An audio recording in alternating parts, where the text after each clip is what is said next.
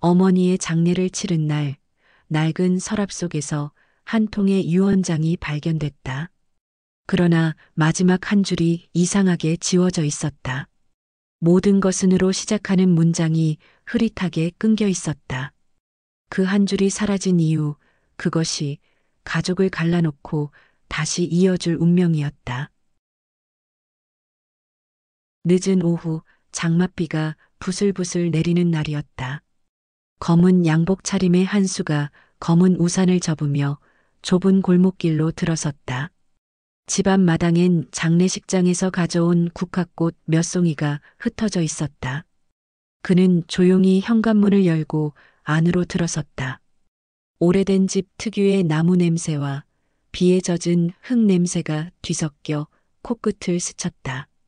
한수는 방 한가운데에 놓인 제사진 상을 바라보며 깊은 숨을 내쉬었다.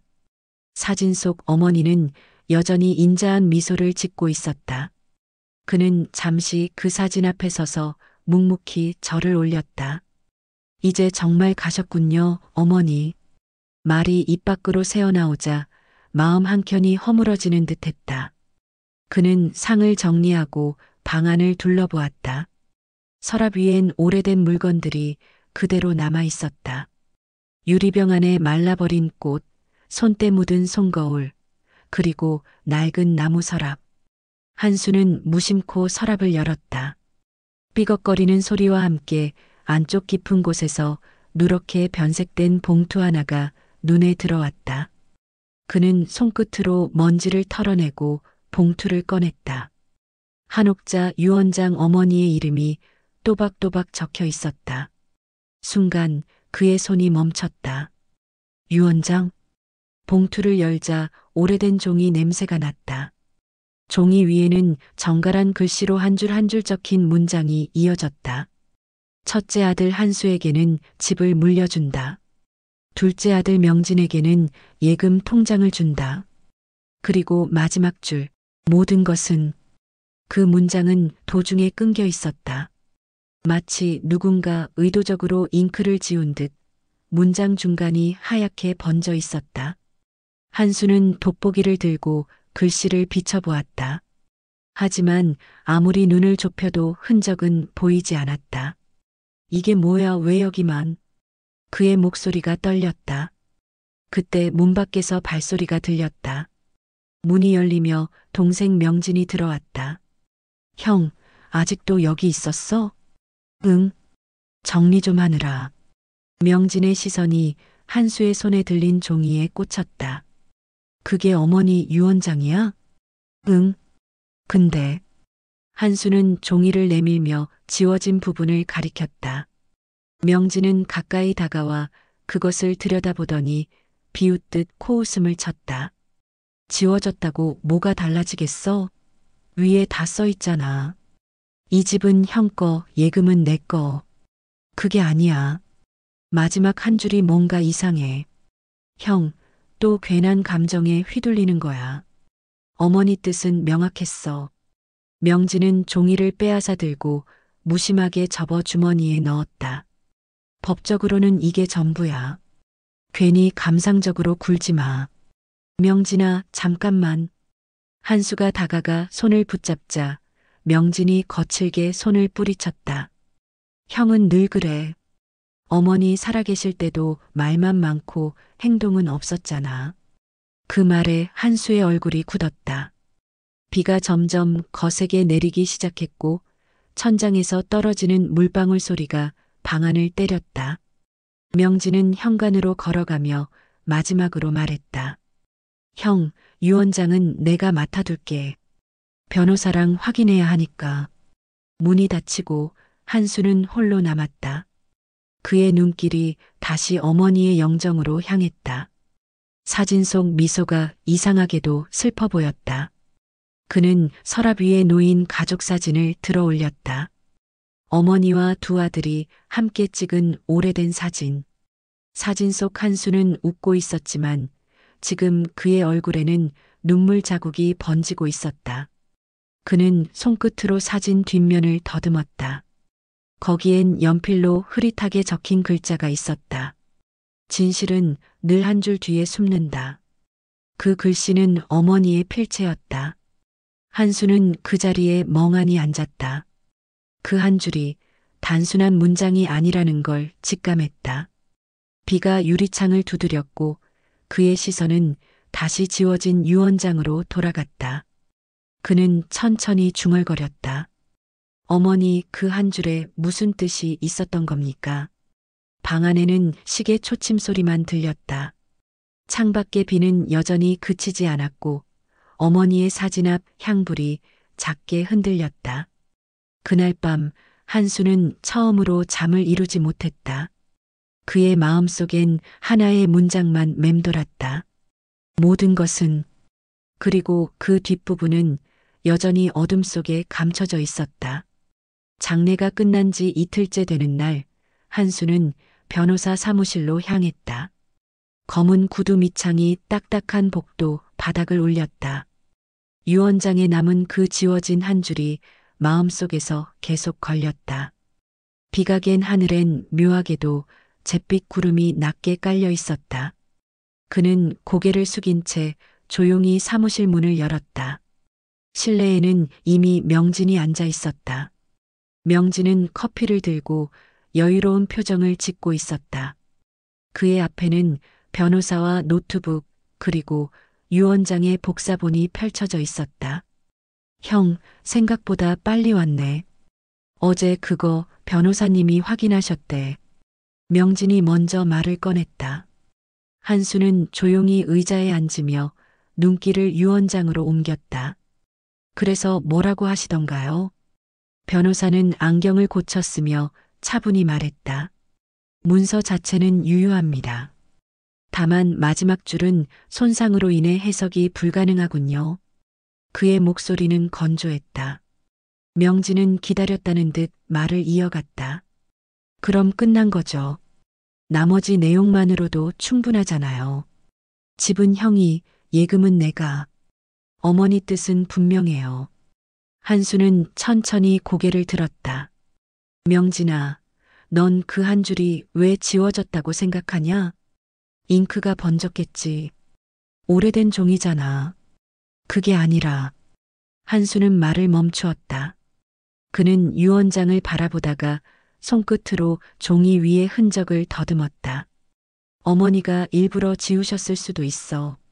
순간 명진의 얼굴에 비웃음이 스쳤다. 형, 아직도 감정적으로 굴 거야? 세상 일은 그렇게 드라마처럼 돌아가지 않아.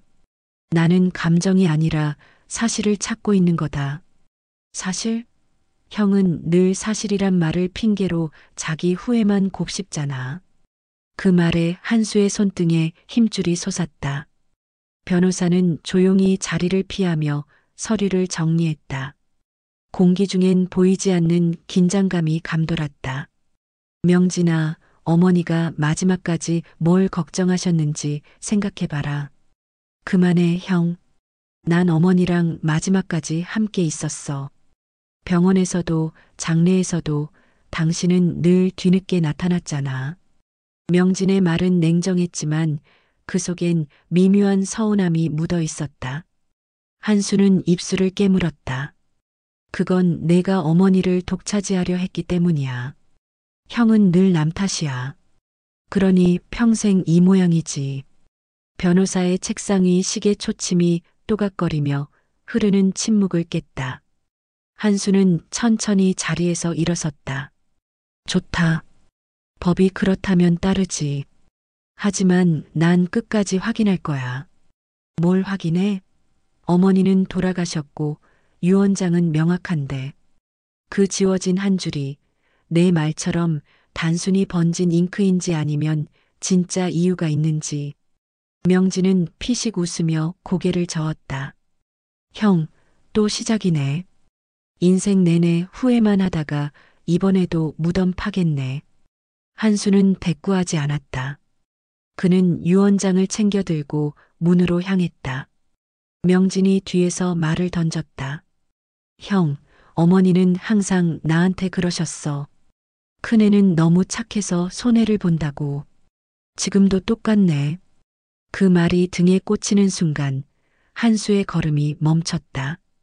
그러나 그는 뒤돌아보지 않았다. 사무실을 나서자 바람이 세차게 불었다. 하늘은 여전히 흐렸고 전봇대 위 전선이 요란하게 흔들렸다. 그는 길가의 커피 자판기 앞에 서서 동전을 넣었다. 뜨거운 커피캔을 손에 쥐자 미묘한 온기가 전해졌다. 하지만 마음은 전혀 따뜻하지 않았다. 어머니, 정말 이게 어머니의 뜻입니까? 속으로 중얼거리며 하늘을 올려다봤다. 그때 휴대폰 진동이 울렸다. 목사님 마이너스 부재중 통화 2회. 어머니가 생전에 다니던 교회의 번호였다. 한수는 망설이다가 전화를 걸었다. 목사님, 저 한수입니다. 장례 때 찾아뵙던. 아, 한수 씨. 잘 지내시나요? 그런데 오늘 꼭 드려야 할 말이 있습니다. 목사의 목소리는 낮고 진지했다. 무슨 말씀이십니까? 며칠 전 장로님께서 이상한 말씀을 하셨어요. 어머님께서 돌아가시기 전 내가 감춰야 할 게 있다고 하셨답니다. 한수의 눈이 커졌다. 감춰야 할 게 뭐요? 그건 저희도 모릅니다. 하지만 그 말이 계속 마음에 남네요. 통화가 끝난 후에도 한수는 휴대폰을 쥔 손을 내리지 못했다. 지워진 한 줄, 감춰진 비밀, 그리고 어머니의 마지막 말. 모든 조각이 하나의 점으로 모여드는 느낌이었다. 그는 천천히 걸음을 옮겼다. 교회의 십자가 불빛이 저 멀리 희미하게 빛나고 있었다. 그 빛이 마치 자신을 부르는 것 같았다. 한수는 조용히 중얼거렸다. 어머니, 당신이 감춘 건 도대체 뭐였습니까? 그날 밤 그는 오랜만에 잠들지 못했다. 책상 위에 펼쳐둔 유언장은 조용히 바람에 흔들렸다. 모든 것은으로 끊긴 그 한 줄이 어둠 속에서 여전히 그를 노려보고 있었다. 아침 햇살이 커튼 사이로 비집고 들어왔다. 잠을 설친 한수는 무겁게 눈을 떴다. 탁자 위엔 유언장과 돋보기가 그대로 놓여 있었다. 밤새도록 그는 종이를 들여다봤지만 지워진 그 한 줄은 끝내 읽히지 않았다. 마치 누군가가 고의로 지우고 싶었던 흔적처럼 말이다. 그는 주섬주섬 옷을 갈아입었다. 어머니가 생전에 자주 찾던 교회를 향해 발걸음을 옮겼다. 하얀 벽과 십자가가 빛나는 작은 예배당. 그곳엔 여전히 장례식 때 봤던 장로와 몇몇 노신도들이 있었다. 그가 들어서자 장로가 놀란 듯 고개를 들었다. 한수 씨, 어쩐 일이세요? 어머니 관련해서 여쭤볼 게 있어서요. 그의 목소리는 차분했지만 손끝은 미세하게 떨리고 있었다. 장로는 조용히 그를 의자에 앉혔다. 옥자 어르신 말씀입니까? 예. 어머니가 돌아가시기 전에 무슨 말씀을 하셨다지요? 장로는 잠시 망설이다가 고개를 끄덕였다. 그분께서 그러셨어요. 내가 감춰야 할 게 있다고. 그리고 그 아이에게 미안하다고도 하셨습니다. 그 아이요? 누군지는 모르겠습니다. 다만 어르신께서 늘 보육원 이야기를 하셨거든요. 한수는 숨이 막히는 기분이었다. 그는 어머니가 젊은 시절 한때 지역 보육원을 후원했다는 이야기를 떠올렸다. 혹시 그 보육원 이름이 기억나십니까? 네, 새하늘 자선회였습니다. 한수는 자리에서 벌떡 일어났다. 그곳 주소를 알 수 있을까요? 장로는 잠시 놀라더니 수첩을 꺼내 메모를 건넸다. 이 근처가 아닙니다. 시외로 한참 나가야 할 겁니다. 한수는 그 종이를 받아들고 깊이 고개를 숙였다. 버스 창가 자리에 앉은 그는 멍하니 창밖을 바라봤다. 고속도로를 달리는 동안 유리창에 비친 자신의 얼굴이 낯설게 느껴졌다. 감춰야 할 게 있다. 미안하다. 그 아이. 어머니의 마지막 말이 머릿속을 떠나지 않았다.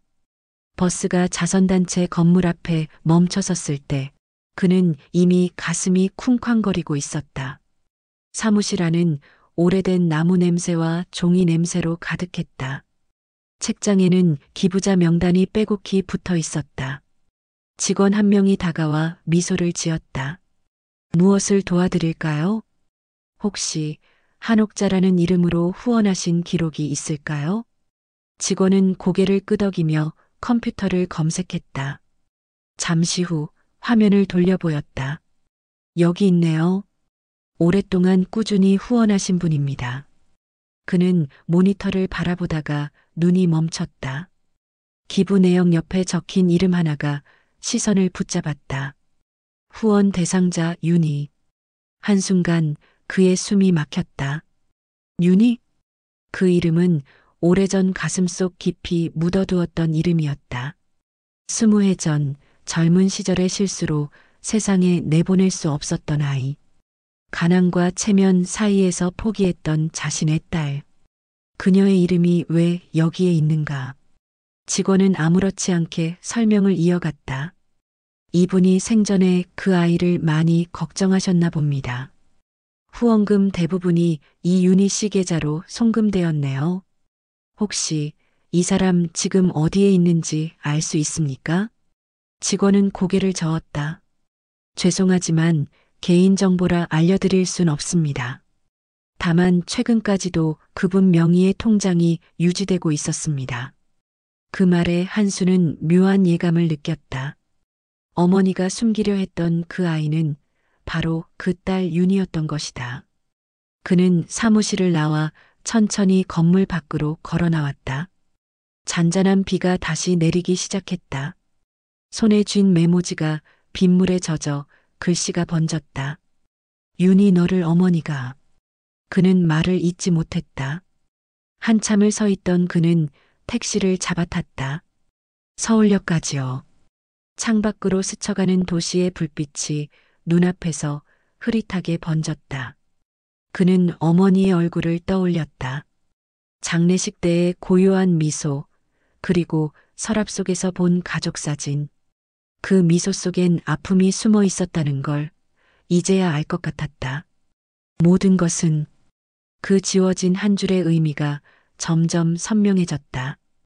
그건 단순한 유산의 문제가 아니라 잃어버린 가족을 향한 어머니의 마지막 부탁이었다. 택시가 신호에 멈추자 그가 창문을 내려 손을 내밀었다. 빗방울이 손등 위로 떨어졌다. 그 차가운 감촉이 마치 어머니의 손길처럼 느껴졌다. 그는 눈을 감으며 조용히 중얼거렸다. 어머니, 윤희를 지켜주셨군요. 도로 위로 비가 더 세차게 내렸다. 붉은 신호등 아래 그의 표정은 무너지고 있었다. 그 순간 마음속에서 또렷하게 떠오르는 한 문장이 있었다. 모든 것은 윤희에게. 그 문장은 여전히 지워진 채였지만 이제 그는 그 뜻을 거의 다 읽고 있었다. 밤이 깊었다. 탁자 위엔 유언장이 펼쳐져 있었고 스탠드 불빛이 종이 위를 은은하게 비추고 있었다. 한수는 의자에 앉아 유언장을 바라보았다. 그의 손끝은 미세하게 떨렸다. 그는 오늘 하루 동안 본 모든 장면, 교회, 자선단체, 그리고 그 이름 윤희를 머릿속에서 수없이 되짚었다. 모든 것은 윤희에게. 그는 낮게 중얼거렸다. 그 문장을 입으로 내뱉는 순간 가슴 한가운데가 쿵 하고 내려앉았다. 그 한 줄이 어머니의 마지막 숨결처럼 느껴졌다. 그는 확대경을 들고 종이 위에 빛을 비췄다. 지워진 부분이 미세하게 번들거렸다. 잉크 자국이 완전히 사라진 게 아니라 종이 결에 따라 약간의 흔적이 남아 있었다. 그는 손끝으로 천천히 그 부분을 쓸어내렸다. 그리고 눈을 가늘게 뜨며 속삭였다. 모든 것은 윤희에게. 그 순간 입술이 떨리고 눈이 시야를 가렸다. 그의 머릿속엔 오래전 기억 하나가 번개처럼 스쳤다. 그때는 젊었다. 아내가 세상을 떠나고 어린 딸 하나를 품에 안고 막막했던 시절이었다. 생활비조차 빠듯했고 그는 결국 딸을 친척의 손에 맡겼다. 하지만 그 선택은 잘못이었다. 딸은 입양되었고 그 후로 행방을 알 수 없었다. 그는 매일같이 후회했지만 용기를 내어 찾을 수는 없었다. 그때 어머니는 그를 대신해 울었고 늘 말했다. 그 아이는 언젠가 널 이해할 거다. 그 말이 그땐 위로였지만 지금은 가시처럼 남아 있었다. 한수는 눈가를 훔치며 유언장을 접었다. 책상 서랍을 열자 낡은 가족 사진이 보였다. 그는 사진을 뒤집었다. 사진 뒷면에는 어머니의 필체로 한 줄이 적혀 있었다. 사람이 죄를 지었어도 사랑은 남는다. 그 짧은 문장이 그를 무너뜨렸다. 한수는 머리를 떨군 채 오랫동안 움직이지 않았다. 어머니는 이미 자신이 숨긴 비밀을 알고 있었던 것이다. 그리고 그 죄를 대신 짊어지고 떠났다. 어머니, 그의 목소리가 터져 나왔다. 손끝이 유언장을 꽉 움켜쥐며 구겨졌다. 그는 잠시 숨을 고른 뒤 휴대폰을 꺼냈다. 동생 명진에게 전화를 걸었다. 신호음이 몇 번 울린 뒤 느릿한 목소리가 들려왔다. 형, 이 시간에 웬일이야? 유언장, 다시 봐야겠다. 그 한 줄, 그냥 넘어가면 안 돼. 형, 또 그 얘기야? 이젠 그만해. 어머니 뜻은 이미 다 확인했잖아. 아니, 너도 알아야 해. 그게 단순한 유산 이야기가 아니야. 형, 제발 감정 좀 접어. 어머니 돌아가셨는데 이제 와서 뭐가 달라져? 달라져. 어머니가 남긴 건 돈이 아니라 용서야. 잠시 침묵이 흘렀다.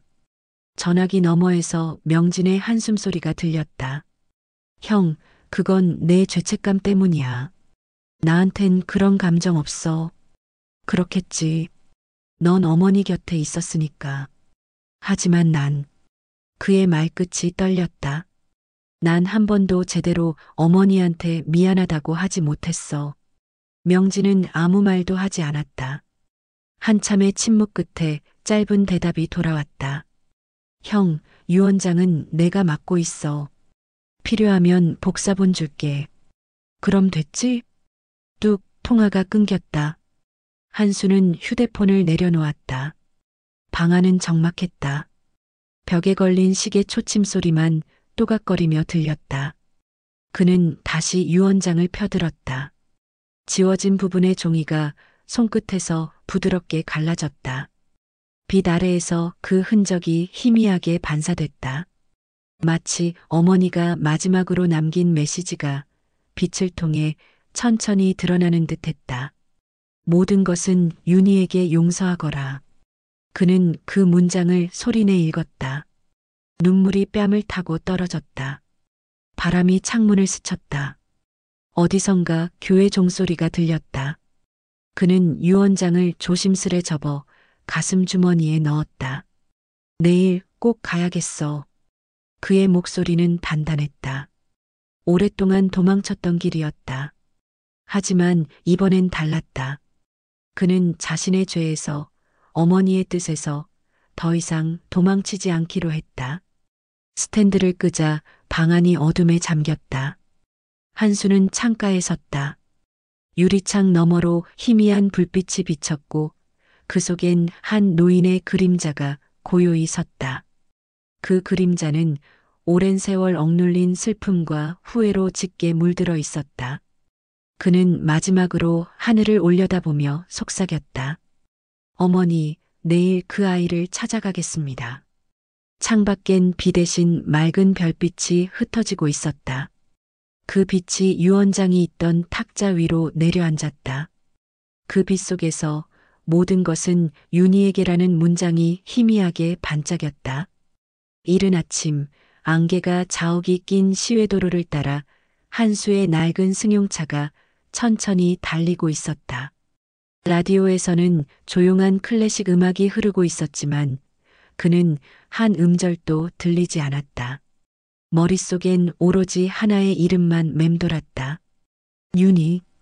그 이름을 입속에서 몇 번이고 되뇌자 마음속 깊은 곳이 저릿하게 아파왔다. 조수석에는 전날 밤 다시 펼쳐본 유언장 사본과 자선단체에서 받은 메모가 놓여 있었다. 새하늘 보육원, 전남 순천음.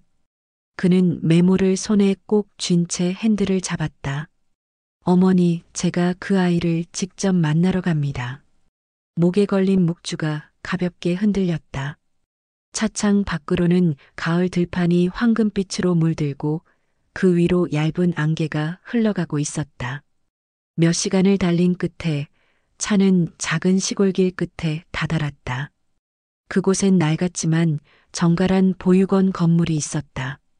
새하늘 보육원이라는 표지판 아래엔 아이들이 그린 손자국 그림이 붙어 있었다. 한수는 잠시 차 안에서 숨을 고르고 조용히 문을 열었다. 따뜻한 바람에 먼지와 낙엽이 흩날렸다.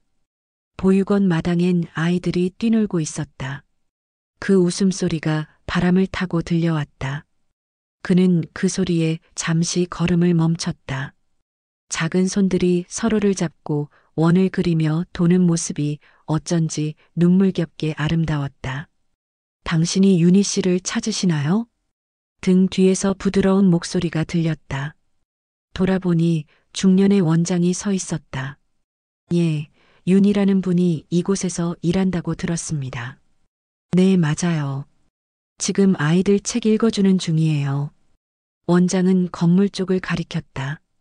저기 저 사람 보이시죠? 한수가 시선을 돌리자 창문 너머로 한 여성이 보였다.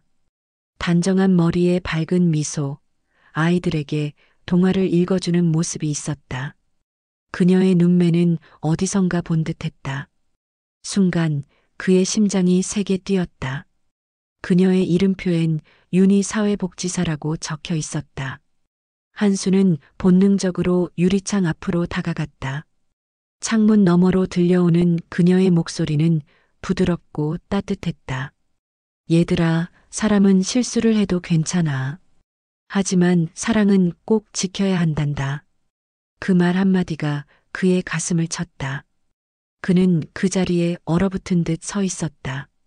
그녀는 책을 덮고 아이들에게 미소를 지었다. 그리고 창문 밖의 시선을 느낀 듯 고개를 들었다.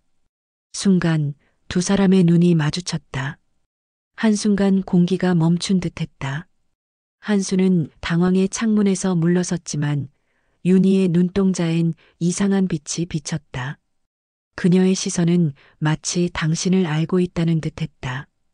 그때 한수의 휴대폰이 진동했다. 화면엔 명진이라는 이름이 떴다. 그는 잠시 망설이다가 전화를 받았다. 형, 큰일 났어. 경찰에서 전화 왔는데 어머니 통장에서 이상한 거래 내역이 나왔대. 거래 내역? 어머니가 돌아가시기 며칠 전에 큰 금액이 빠져나갔대. 근데 그 계좌가 윤이란 이름이래. 한수는 말없이 숨을 들이켰다. 창문 안쪽의 윤이는 여전히 아이들과 함께 있었다. 형, 듣고 있어? 명진의 목소리가 다급했다. 그 돈 혹시 형이 보냈던 거 아니지? 아니다. 나도 지금 막 알았다. 그럼 어머니가 그 돈을 왜? 명진의 말은 도중에 끊겼다. 한수는 휴대폰을 천천히 내리며 창문 너머 윤희를 다시 바라보았다. 그녀는 이미 그가 자신을 보고 있음을 알고 있었다. 윤희가 자리에서 일어나 아이들에게 손을 흔들고 방을 나왔다. 복도 끝에서 그녀가 천천히 걸어왔다. 문 앞에 선 그녀는 조용히 물었다. 혹시 한수 아버님이신가요? 그는 순간 아무 말도 할 수 없었다.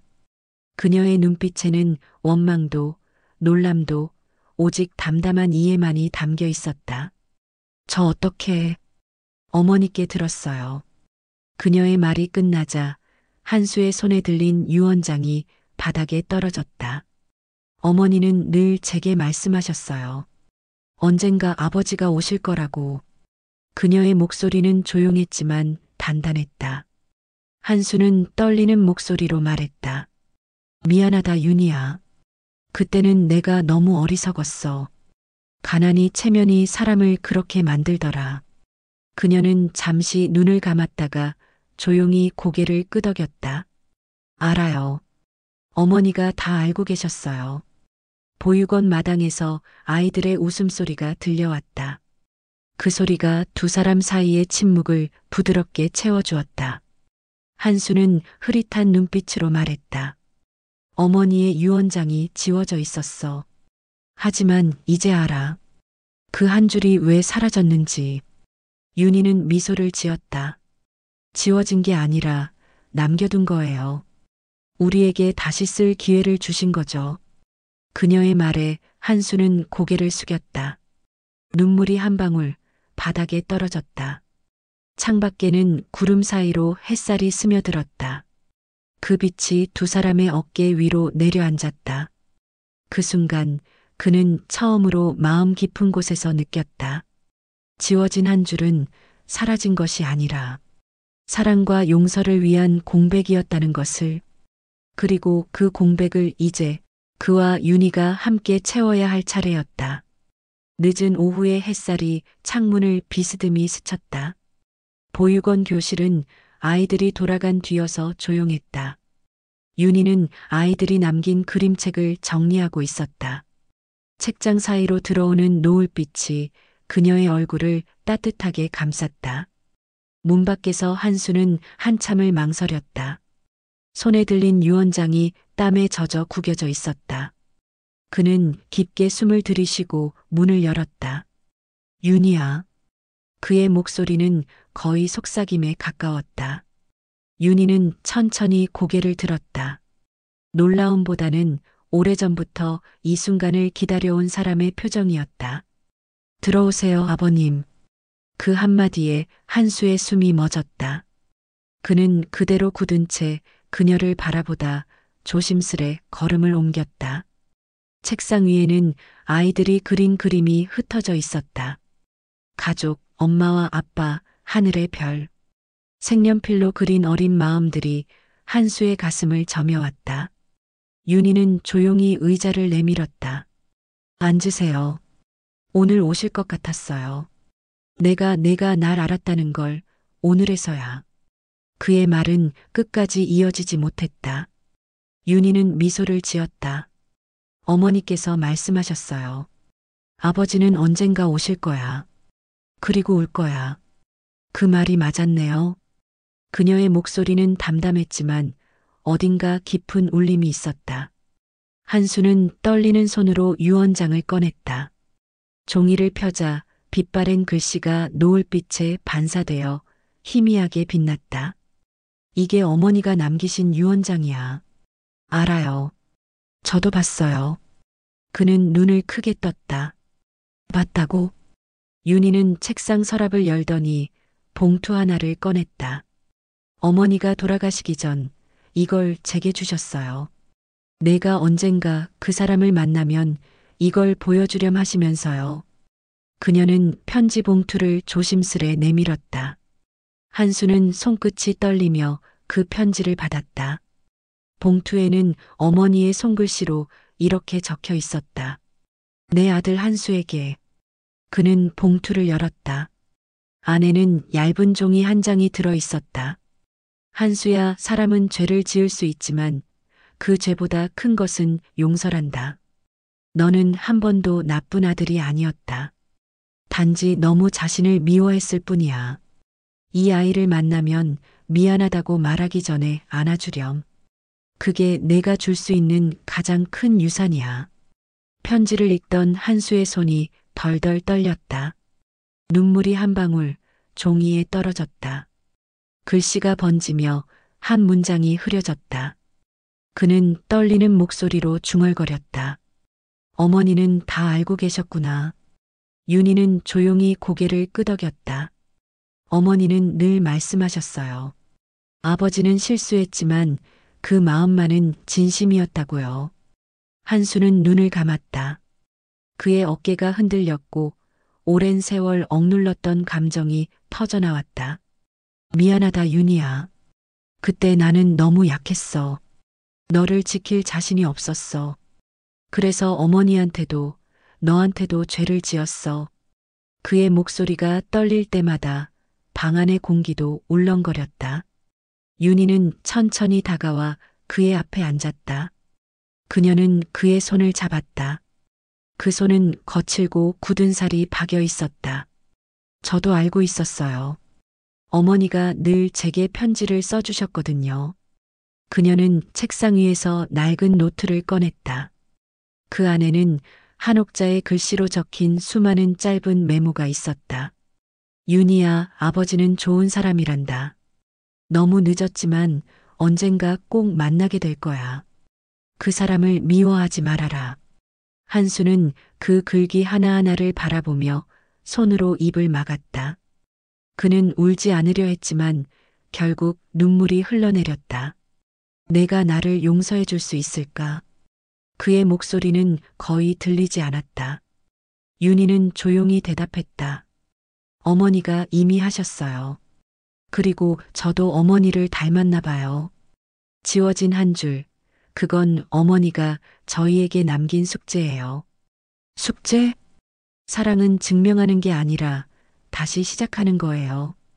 그녀의 눈가에도 눈물이 맺혔다. 한수는 고개를 끄덕이며 손을 꼭 쥐었다. 창문 밖에서는 노을이 붉게 번지고 있었다. 햇살이 두 사람의 얼굴 위에 길게 비쳤다. 그 빛 속에서 한수는 오랜 세월 묶여있던 죄책감이 조금씩 녹아내리는 것을 느꼈다. 그는 조용히 속삭였다.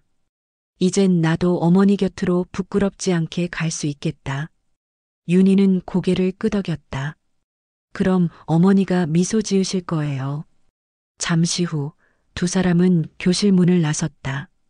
복도 끝에서 서 있던 원장이 그들을 바라보며 따뜻하게 미소 지었다. 어디선가 아이들의 웃음소리가 들려왔다. 그 소리는 마치 오래 묵은 슬픔을 감싸 안는 노래처럼 부드럽게 울려 퍼졌다. 한수는 마지막으로 하늘을 올려다보았다. 붉은 노을이 가라앉고 저 멀리 첫 별이 떠올랐다. 그는 속으로 중얼거렸다. 어머니, 약속드려요. 이젠 지워진 한 줄을 우리가 다시 써나가겠습니다. 그 순간 창문을 스치던 바람이 살짝 불며 책상 위에 유언장을 넘겼다. 모든 것은으로 시작하는 그 문장이 햇살에 반사되어 부드럽게 빛났다. 이제 더 이상 지워진 줄이 아니었다. 그건 새로운 문장이 되어 두 사람의 인생 위에 새겨지고 있었다. 며칠 후 한수는 오래된 집 마루에 앉아 있었다. 창문 밖에는 봄비처럼 부드러운 빗줄기가 내리고 대청마루를 톡톡 두드리고 있었다. 그는 손에 찻잔을 들고 있었지만 차는 이미 식어 있었다. 탁자 위엔 유언장 원본과 어머니의 편지, 그리고 윤희가 건넨 낡은 노트가 가지런히 놓여 있었다. 방 안엔 오랜만에 느껴지는 평화로움이 흘렀다. 그때 현관문이 열리며 낯익은 발소리가 들려왔다. 형, 여기 있었네. 명진이었다. 검은 우산에서 물방울이 떨어지며 마룻바닥을 적셨다. 그의 표정은 예전보다 훨씬 차분했다. 한수는 천천히 고개를 들었다. 왔구나. 짧은 인사였지만 그 안엔 긴 세월의 미묘한 감정이 묻어 있었다. 명진은 신발을 벗고 방 안으로 들어섰다. 탁자 위에 유언장을 보자 잠시 시선이 멈췄다. 아직 그걸 붙들고 있네. 한수는 조용히 말했다. 이번엔 내가 좀 읽어봤으면 좋겠다. 그의 말투에는 명령도 설득도 없었다. 그저 진심이었다. 명진은 의자에 앉았다. 한수는 봉투에서 유언장을 꺼내 그의 앞에 놓았다. 지워졌던 부분이 복원되어 있었다. 햇빛에 비춰보면 희미하게 새겨진 글씨가 보였다. 모든 것은 윤희에게. 명진이 낮게 중얼거렸다. 그의 눈썹이 미세하게 떨렸다. 윤희라니. 그래, 우리 누나의 아이야. 내가 기억 못할 수도 있겠지만. 명진의 얼굴에 놀람이 스쳤다. 그는 한참 동안 아무 말도 하지 않았다. 형, 그게 사실이야? 어머니가 그 아이를 찾아서 이렇게 남긴 거야? 그래. 어머니는 우리가 모르는 동안 윤희를 후원하고 돌보셨지. 한수는 자선단체에서 받은 서류를 내밀었다. 명진은 그것을 들여다보다가 손으로 이마를 짚었다. 이게 전부 어머니 통장에서 빠져나간 돈이었군. 그래. 내가 말했던 이상한 거래 내역 다 그 아이를 위한 거였어. 명진은 깊은 숨을 내쉬었다. 형 미안하다. 그 한마디가 나오기까지 시간이 오래 걸렸다. 그의 어깨가 천천히 내려갔다. 나는 그냥 돈 문제라고만 생각했어. 어머니가 우리 중 누구를 더 사랑했는지만 따졌지 이런 뜻일 줄은. 한수는 고개를 저었다. 나도 다르지 않아. 나는 어머니의 사랑을 이해하기엔 너무 늦었고 너는 그 사랑을 의심했지. 결국 우리 둘 다 같은 자식이었어. 그 말에 명진의 눈가가 젖었다. 그는 손끝으로 유언장을 만지작거리며 낮게 말했다. 형, 이제 어쩔 거야? 어머니 뜻대로 해야지. 윤희한테 전부 주겠다는 거야? 그래. 그게 옳다고 생각한다. 명진은 잠시 침묵했다.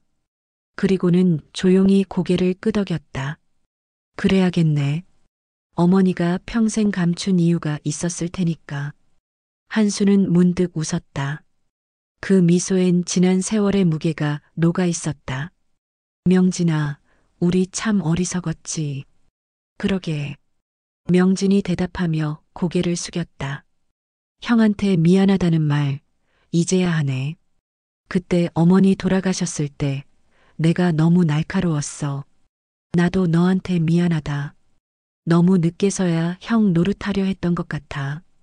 두 사람의 목소리는 잔잔했지만 방 안의 공기는 따뜻하게 변해갔다. 잠시 후 명진이 손을 내밀었다. 형, 이건 어머니한테 받은 마지막 숙제인 것 같아. 한수는 그 손을 바라보다가 천천히 잡았다. 형제의 손이 맞닿자 마치 오래된 돌문이 열리듯 묵은 감정이 풀려나갔다. 두 사람은 아무 말 없이 손을 맞잡은 채 한참을 있었다. 창문 너머로 빗소리가 점점 잦아들었다. 방 안에는 따뜻한 침묵만이 남았다. 그때 바람 한 줄기가 불어와 탁자 위 유언장을 살짝 흔들었다. 벚꽃잎 한 장이 열린 창으로 날아와 종이 위에 내려앉았다. 명진이 조용히 웃었다. 어머니가 들으셨나 봐. 그럴지도 모르지. 두 사람은 동시에 창밖을 바라보았다. 회색 구름 사이로 해가 비추기 시작했다. 그 빛은 두 형제의 얼굴을 부드럽게 감쌌다. 한수는 창가에 놓인 어머니의 사진을 향해 고개를 숙였다. 어머니, 이제 다 돌려놓았습니다. 당신이 남긴 마지막 한 줄, 이제야 이해했어요. 명진도 조용히 손을 모았다. 그들의 입가에 미소가 번졌다. 잠시 후 한수가 말했다. 윤희에게 이걸 직접 전하자. 그래. 이제 어머니 뜻을 완성해야지. 그들은 조용히 자리에서 일어섰다. 문을 나서며 한수가 말했다. 명진아, 우리 다음엔 술 한잔하자. 좋지. 이번엔 형이 계산해. 둘의 웃음소리가 마루 끝까지 번져나갔다. 그날 집안의 공기는 달랐다. 어머니의 오래된 향로에서 남은 향 냄새가 은은히 피어올랐고 그 향은 마치 그들의 화해를 축복하듯 천천히 하늘로 흩어졌다. 창밖에는 비가 그치고 따뜻한 햇살이 마당 위를 환히 비추고 있었다. 그리고 탁자 위 벚꽃잎 아래 놓인 유언장은 조용히 빛나고 있었다. 그 한 줄 용서하거라. 그리고 다시 가족이 되어라. 이제 그것은 단순한 글이 아니라 한 가족의 삶으로 살아 움직이고 있었다. 봄의 끝자락 산기슭의 바람은 유난히 따뜻했다. 잔잔한 햇살이 능선 위로 비치며 묘비의 흰 돌을 부드럽게 감쌌다. 그날 한수는 검은 양복 차림으로 천천히 산길을 오르고 있었다. 옆에는 윤희가, 조금 뒤엔 명진이 조용히 뒤따랐다. 세 사람의 발소리는 바람에 섞여 묵직한 리듬처럼 들렸다. 산자락의 고요 속에서 새들이 지저귀고 멀리선 교회 종소리가 울렸다. 묘비에는 한옥자라는 이름이 또렷이 새겨져 있었다. 세 사람은 나란히 서서 묵념했다. 향 하나가 피어오르자 연기가 하늘로 천천히 흩어졌다. 그 향 냄새가 어머니의 손길처럼 따뜻하게 느껴졌다. 윤희가 먼저 입을 열었다. 어머니는 이렇게 높은 데 계시니 늘 우리를 다 보고 계시겠죠. 한수가 미소 지었다. 그래, 어머니는 평생 우리 걱정만 하셨으니까. 명진은 고개를 숙이며 낮게 말했다. 어머니, 이제야 우리가 제대로 인사드리네요. 윤희는 조심스레 손가방에서 유언장을 꺼냈다. 그 종이는 햇빛에 닿자 은은히 빛났다. 그녀는 조심스럽게 묘비 앞에 그 종이를 펼쳤다. 한수와 명진이 고개를 숙였다. 바람이 살짝 불어와 종이를 스쳤다. 그리고 마치 기다렸다는 듯 빛에 반사된 글자가 드러났다. 용서하거라. 그리고 다시 가족이 되어라. 윤희가 천천히 읽었다. 그 한 줄의 문장은 바람 속에서 속삭이듯 울렸다. 그 순간 한수는 눈을 감았다. 그 말이 마음 깊은 곳에서 울렸다. 그의 어깨가 미세하게 떨렸다. 눈가가 붉어지고 손끝이 종이를 스쳤다. 어머니, 이제야 이해했어요. 이 한 줄 때문에 우리가 다시 만났습니다. 그의 목소리는 낮았지만 단단했다. 명진은 옆에서 고개를 끄덕였다. 그 한 줄이 어머니가 남기신 마지막 기도였네요. 윤희는 조용히 미소 지으며 말했다. 지워진 게 아니라 우리에게 맡기신 거예요. 어머니가 직접 쓸 수 없었던 마지막 문장 우리가 완성한 거죠. 한수는 묘비 앞에 꽃을 올려두었다. 꽃잎이 바람에 흔들리며 햇살에 반짝였다. 그는 두 손을 모으고 천천히 고개를 숙였다. 이젠 후회도 미움도 다 내려놓겠습니다. 그 대신 남은 날은 감사로 채울게요. 그의 목소리는 조용히 흩어져 산새 소리 속으로 스며들었다. 윤희가 유언장을 접어 품에 넣었다. 그녀는 두 남자를 번갈아 바라보며 말했다. 이제 어머니 뜻대로 우리 함께 가요. 그녀의 미소 속엔 슬픔이 아니라 평온이 있었다. 한수는 천천히 고개를 끄덕였다. 그래, 이제 우리 가족으로 다시 시작하자. 명진은 짧게 대답했다. 좋다, 형. 그리고 윤희야, 고맙다.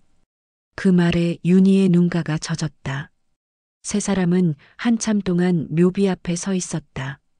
바람이 불 때마다 꽃잎이 흩날리고 향연기가 하늘로 피어올랐다. 그 연기가 흰 구름처럼 부드럽게 퍼지며 마치 어머니의 미소가 되는 듯했다. 잠시 후 윤희는 품에서 작은 봉투 하나를 꺼냈다. 이건 어머니가 제게 마지막으로 주신 편지예요. 그녀는 봉투를 묘비 위에 살포시 올려놓았다. 이젠 돌려드릴게요. 이제 우리 모두 용서했으니까요. 그녀의 손끝이 봉투를 놓는 순간 바람이 불어 봉투가 살짝 흔들렸다. 마치 누군가 잘했다고 속삭이는 듯했다. 세 사람은 천천히 산길을 내려오기 시작했다. 뒤돌아보니 묘비 위의 봉투가 햇빛에 반짝이고 있었다. 그 반짝임은 오래된 눈물처럼, 그러나 따뜻한 미소처럼 느껴졌다. 길 아래로 내려오며 명진이 말했다. 형, 어머니가 참 대단하셔. 죽어서도 이렇게 우리를 하나로 만드시네. 한수가 웃으며 대답했다. 그래, 살아계셨을 땐 늘 우리 사이에 계셨는데 이젠 하늘에서 우리를 이어주시네. 윤희는 하늘을 올려다보았다. 맑은 구름 사이로 햇살이 부서지고 있었다. 그녀는 조용히 속삭였다. 어머니, 저희 이제 잘 지낼게요. 그 순간 멀리서 교회 종소리가 들려왔다. 바람이 세 사람의 머리칼을 스쳤고 그들은 동시에 미소 지었다. 산길 끝에서 세 사람은 잠시 걸음을 멈췄다. 한수가 마지막으로 뒤돌아보았다. 그의 눈앞에는 노을빛에 물든 산과 어머니의 묘비가 있었다. 그는 고개를 숙이며 조용히 말했다. 어머니, 이젠 안녕히 계세요. 남은 인생은 어머니가 주신 그 한 줄로 살아가겠습니다. 바람이 불자 나뭇잎이 흔들리고 햇살이 부서졌다. 세 사람의 그림자가 천천히 겹쳤다. 마치 한 몸처럼 길게 이어진 그 그림자는 산길 끝까지 함께였다. 그리고 그 순간 하늘 끝에서 새 한 마리가 날아올랐다. 그것은 마치 어머니의 영혼이 자유롭게 날아가는 듯했다. 노을빛이 세 사람의 얼굴을 감쌌다. 그들은 말없이 서로의 손을 잡았다. 그 손끝엔 더 이상 죄책감도 미움도 없었다. 남은 건 오직 따뜻한 온기뿐이었다. 그 온기 속에서 세 사람의 마음이 하나로 이어졌다. 용서하거라. 그리고 다시 가족이 되어라. 이제 그 문장은 지워진 글이 아니라 그들의 인생 속에서 살아 숨쉬는 새로운 시작이었다.